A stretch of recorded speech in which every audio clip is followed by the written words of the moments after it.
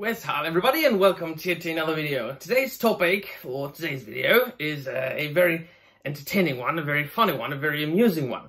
So my dear friends, I have stumbled upon a couple of posts and a couple of articles once again, but I have covered this topic in one way or another multiple times on my channel, and I cover these mainly when a personality of not importance but of a bigger reach on the internet utters such a nonsense, because I just want to point that out and say how wrong they are, and maybe set the record straight for those who might not be acquainted with the facts, with truth.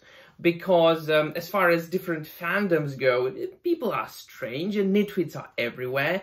Now, it would be unfair to say that nitwits are only present in one fandom or another, such as, Tolkien fandom or Warhammer 40k fandom. Idiots are everywhere in the world. I meet many of them in real life every day, and you as well, I'm sure. Everybody, at work, in different hobbies. I mean, if you go to gym, there's certainly at least 5 nitwits that you would like to ban from the gym forever. So you will never be able to avoid them. But on the other hand, if somebody has a different opinion from you, that doesn't mean that he or she should not be able to enjoy the same things you do. The problem begins, or the problems begin, when they are trying to make that which you like into something that it isn't. And that's where their errors and their gaslighting and their lies should be pointed out. Such as I did a couple of weeks ago?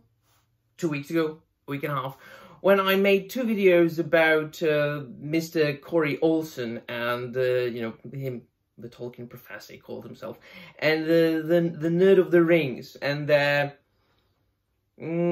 enthusiasm for the Rings of Power and Amazon in general, and their support of the claim that there is no canon in Tolkien, which is absolutely preposterous. Those videos are there on my channel, should you wish to check them out. And so I do encounter nitwits like that on a daily basis in real life and on the internet, and it is important to point them out, to talk about them, because as I stated a couple of moments ago, it is important to protect that which you love against lies, and protect it for those that will come, because ideally different fandoms will acquire new fans and new aficionados, and our duty, our sacred duty as the tried and true fans, is to introduce the new fans into the fandom with respect, with open heart and with open arms, and then of course protect them against something that might mar their enjoyment of that particular thing. And so this is what I stumbled upon on the internet today. I have to give a shout out to Thor Odinson, a very pleasant fella on the internet, whom I follow on Twitter. He's a big Warhammer 40k fan. He does build his own armies, and he posts pictures on the internet. And if you know European law, you know that I'm 4 months in my Warhammer 40k journey.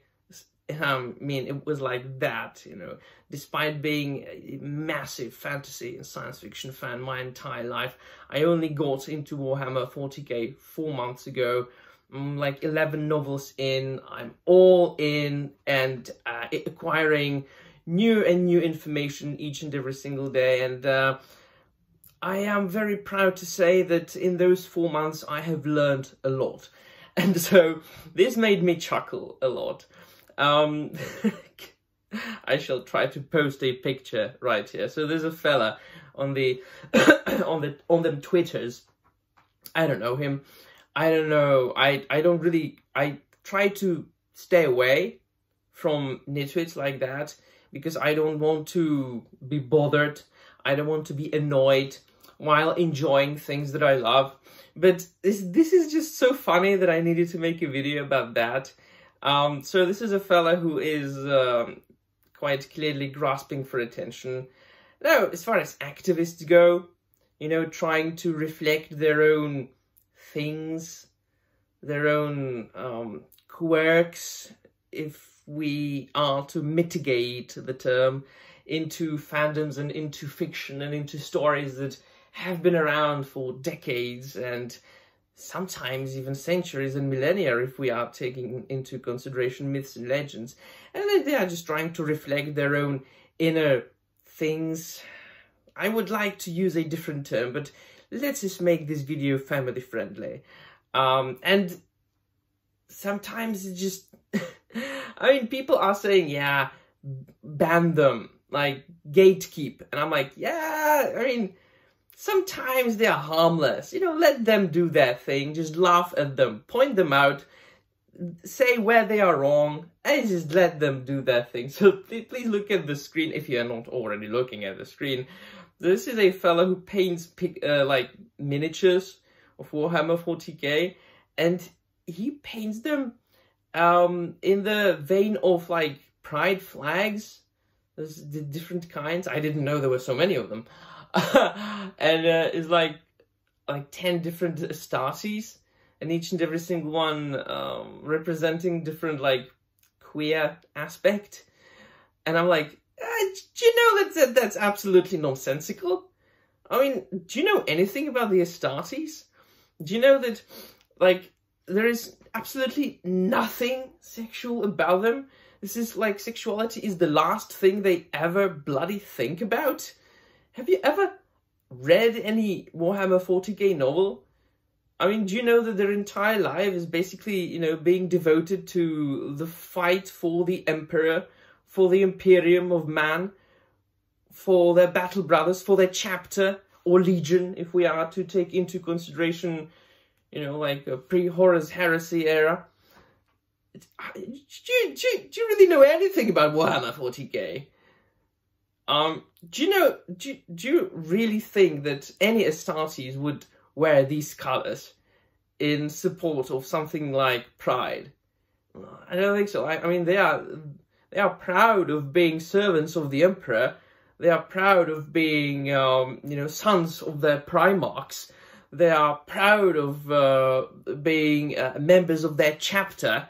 But there's absolutely nothing sexual about them. I have never read anything less sexualized than Astartes novels and lore and codexes.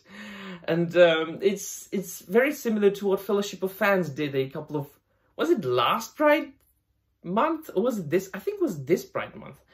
They posted a picture, an illustration from the Lord of the Rings, when there was the confrontation between Gandalf and Saruman, and he was revealing himself to be Saruman of many colors. Of course, those who read the novels know. And they were like, oh, happy Pride Month. Yeah, what? This is not what Saruman meant by saying that he is Saruman of many colors. Are you sure you know anything about what you're talking about? And so, very often they are trying to put their own quirks and their own degeneracies, oh, I used the word, their own degeneracies into fiction and into stories, and they are trying to prove a point, but they are really only making fools of themselves, because it looks as if they didn't know anything about the subject matter. And just to finish this video up, what made me laugh even more than the Rainbow Astartes was Lesbian Pride Krieg. Have you seen anything more preposterous than this? And so the gist of this video is there are many channels, there are many ways that the nitwits and the little degenerates in our society can use to put their little quirks into the world. And sometimes we just have to laugh at them if they are little harmless nothings. we only have to really take them seriously if they are big people, like, you know, if they are part of a corporation that has a big reach, or if they are an influencer that has a big reach, able to gaslight people and potential new fans into thinking that that which we love is not what we, you know, what it is. What did I say? To gaslight the newcomers into thinking that that which we love is something that it isn't. All right. I nearly stumbled upon my own words there. And so, yeah, do gatekeep, but we have to be objective about everything, you know. Sometimes just have a chuckle. Right, so let me know in the comments down below what you think, and that'll be all. Thank you very much for watching, and I'm Marie. And also, remember, the Emperor protects.